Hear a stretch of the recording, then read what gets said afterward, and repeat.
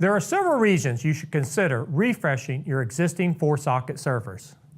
These include server consolidation, productivity gains, operating system advancements, lower maintenance and warranty cost, power and cooling savings, business operations improvements.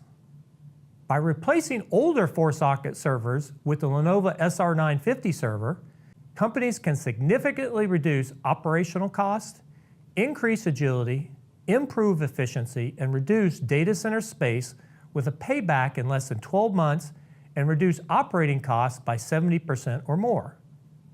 Our case study shows that customers can save 71% over 4 years by migrating its mission-critical applications from 20 HPDL580 servers to only 4 ThinkSystem SR950 servers. These savings are generated by reduced server maintenance, software maintenance, network expenses, and power and facility savings. For more information, go to lenovopress.com and read the article I posted on the value of refreshing your 4-socket servers, as well as access the SR950 product guide and other content.